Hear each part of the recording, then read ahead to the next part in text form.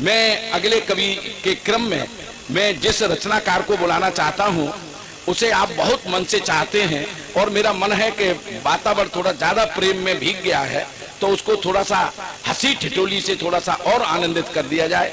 आदरणीय सबरस मुरसानी जी हमारे बीच में हैं। निश्चित रूप से एक ऐसा व्यक्तित्व आदरणीय चेयरमैन साहब मुरसान को जिसने पहचान दी है।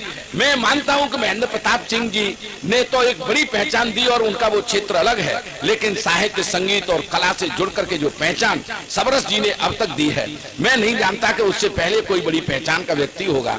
लेकिन कोई भी कितने टेलीविजन चैनलों से खुद फिल्म के प्रोड्यूसर और सर मजे की बात तो यह है कि जिस दुख की घड़ी से जिस दुख को उन्होंने सहजता के साथ झेल करके भी लोगों के चेहरे पर मुस्कुराहट देखने का एक संकल्प जो लिया है उसमें निरंतर बढ़ रहे हैं। ऐसे रचनाकार के लिए आपको अतिरिक्त तालियां दे करके उसका हौसला बढ़ाना चाहिए।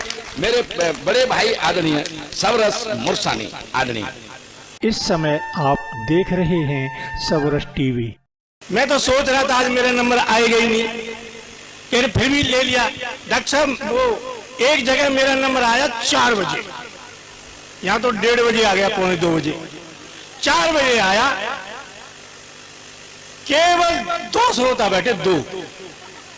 लेकिन मुझे अपने कॉन्फिडेंस मेरे ऊपर, जब सब चले जाएं तो मैं खाली कुर्सियों को सुनाता हूं, चाहे एक भी श्रोता नहीं हो। अब मैंने वो जो है सुनाया, 2 श्रोता बैठे। पहले श्रोता में गया तो मैंने उसके पैर छुए, लेकिन भाई साहब मैं आभारी हूं कि रात के 4 बजे तक तुम मुझे सुनने के लिए बैठे हो। बोला ऐसी बात नहीं है। मैंने कैसी बात है? कि तेरे बाद मेरा नंबर है, तेरे बाद मेरा नंबर है। पीछे गया, एक आदमी सो रहा था, मैंने उसको कंधा पकड़ा, मैंने कहा भाई साहब। बोला खत्म है वो का। मैंने क्या कि तेरा गीत? मैंने कहा मेरा गीत तो खत्म हो गया, पर ये बता सारे श्रोता घर को गए तो तू क्यों नहीं गया? बोलो माइक तो मेरो, ये लेके जाऊंगा जाते। फिर भी अच्छा किया है, कुछ 1:45 बजे नंबर ले लिया मैं। हाँ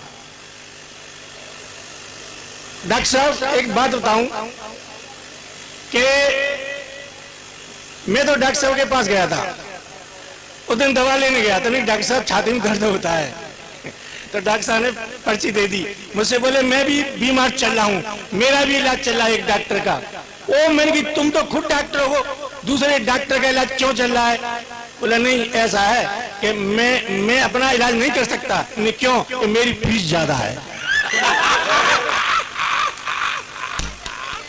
सही में डॉक्टर भी बड़े बड़े अजीब होते हैं। डॉक्टर साहब मैं जब एक सामने गया तो मेरी आंखें खराब हो गई, तो मैं एक डॉक्टर था, मैं उसके पास गया तो मैंने कहा डॉक्टर साहब, मैंने कहा मुझे पता नहीं क्या हो गया, कल से एक आदमी को 2 आदमी दिखाई देते हैं। अब जैसे तुम एक डॉक्टर बैठे हो तो मुझे लग रहा है कि 2 डॉक्टर बैठे हैं। तो डॉक्टर ने मेरी तरफ देखा और बोला पहले ये बताओ तुम चारों आए कहां से हो? तुम चारों आए कहां से हो? तो मैंने कहा ये तो मुझसे भी ज्यादा दिखाई दे रहा है। तो कंपाउंडर आया भगा भगा और बोला एक एक करके आओ, 10-10 मत आओ यहाँ पे, एक एक करके आओ। तो मुझे वास्तव में डॉक्टर साहब बहुत अच्छा लगता है जब डॉक्टर साहब होते हैं। मैंने तो कहा ही कि वृंदावन में हर साल सबरस नाइट होती है, तो मैं सोच रहा था डॉक्टर साहब के द्वारा उद्घाटन हो। चेयरमैन साहब भी मैंने कहा था ये जा नहीं पाए, तो अब के जो सबरस नाइट होगी तो डॉक्टर साहब आपको उसका उद्घाटन करना है। देखिए आप आजकल श्राद्ध पक्ष चल रहा है। अच्छा श्राद्ध पक्ष में क्या हुआ, एक बुढ़िया थी उसका बुड्ढा मर गया और बोली बेटे से कि बेटा तेरे बाबा का आज श्राद्ध है और खीर पूरी और ये सब पकवान बनाऊंगी और छत पे तेरे बाबा आएंगे आज। और बुढ़िया ने खीर पूरी और ये हलवा वलुआ बना करके बेटे से बोली चल छत पे ले चल। बुढ़िया ने छत पे रखा तो नाती बोला दादी दादी बाबा कैसे आएंगे? देख कौआ बन के आएंगे, कौआ बन के आएंगे। अब क्या हुआ, 12 बज के कौआ नहीं आएगी। नाती बोला दादी कौआ तो आया ही नहीं। इतनी देर में एक कौआ आया और पड़ोसी की अटरिया पे बैठ गया। तो बुढ़िया कह रही मर गो, पर पड़ोसी की अटरिया नहीं छोड़ी जाने, पड़ोसी की अटरिया नहीं छोड़ी। ये जो महिलाएं होती हैं डॉक्टर साहब, ये जो महिलाएं होती है इतना झूठ बोलती हैं, इतना झूठ बोलती हैं। मैं ट्रेन में आ रहा, ऊपर की सीट में सो रहा, नीचे 3 महिलाएं बैठी। पहली बोली बहन तुम्हारी उम्र कितनी है? ऐसी होती कम से कम 40 साल की। बोली बहन मेरी उम्र है 22 साल की। तो मैंने कही ओ झुट्टू, झूठ बोल रही है। अब मैं ऊपर से देख रहा हूं। फिर दूसरी बोली बहन तुम्हारी उम्र क्या है? बहुत ही 60 साल की। बोली ऐसी मान कम से कम 18 साल की। डॉक्टर साहब मेरी आंखें फटी की फटी रह गई। अब तीसरी से पूछा तेरी उम्र कितनी है बहन? बहुत ही 75 साल की। बोली बहन ऐसी मान कम 14 साल की।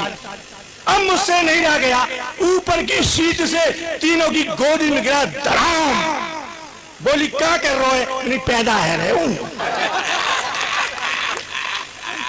वास्तव में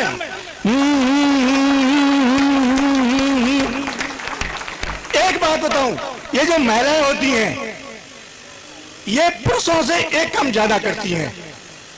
पुरुष एक ही काम करता है और महिलाएं 2-2 काम करती हैं। अब आप कहेंगे वो 2 काम कौन से हैं जो महिलाएं करती हैं? जब घर में कोई बड़ा बूढ़ा बुढ़ा व्यक्ति गुजर जाता है तो घर का मालिक 13 दिन तक कुछ नहीं करता है, बैठा रहेगा, घोट मोट सर करवा लेगा, अगरबत्ती जला के, चाहे दुकान बिक जाए, खेत बिक जाए, मकान बिक जाए, पर 13 भी जरूर करेगा। लेकिन महिलाएं 2 काम करती हैं घर में। क्या? एक तो रोती जाती हैं और दूसरा घर का काम करती जाती हैं। अब आप देखें ये महिलाएं 2 काम कैसे कर रही हैं। बुढ़ा मर गया, बुढ़िया कैसे रो रही है? अरे रे बाबा मर गए रे, मर गया डोकरा। ओ बाबा तिजोरी की चाबी कूका धर गया रे, मर गया रे। ओ बाबा तिजोरी में तो सोने चांदी के गहने भरे रे। ननदुल आवेगी तिजोरी के गहने ले जावेगी रे, चोटियां रे। ओ बाबा तिजोरी की चाबी को बताए जा रे।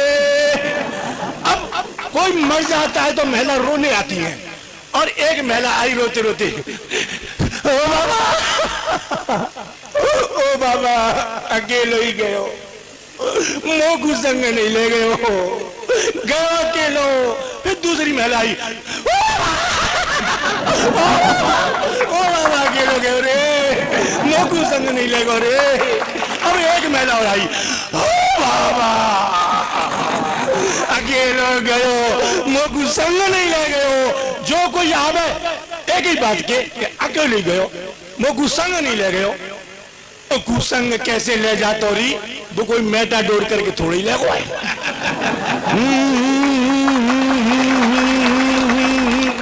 कृपया सबरस टीवी यूट्यूब चैनल को सब्सक्राइब करें।